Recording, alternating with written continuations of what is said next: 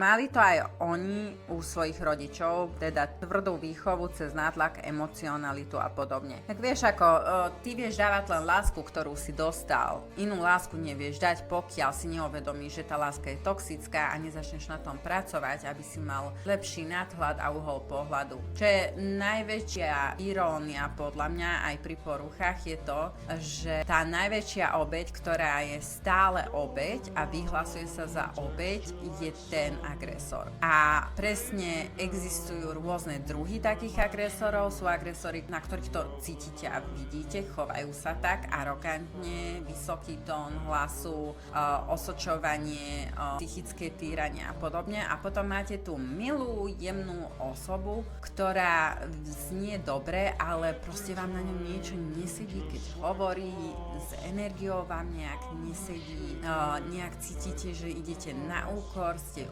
unavení a vyčerpaní po stretnutí.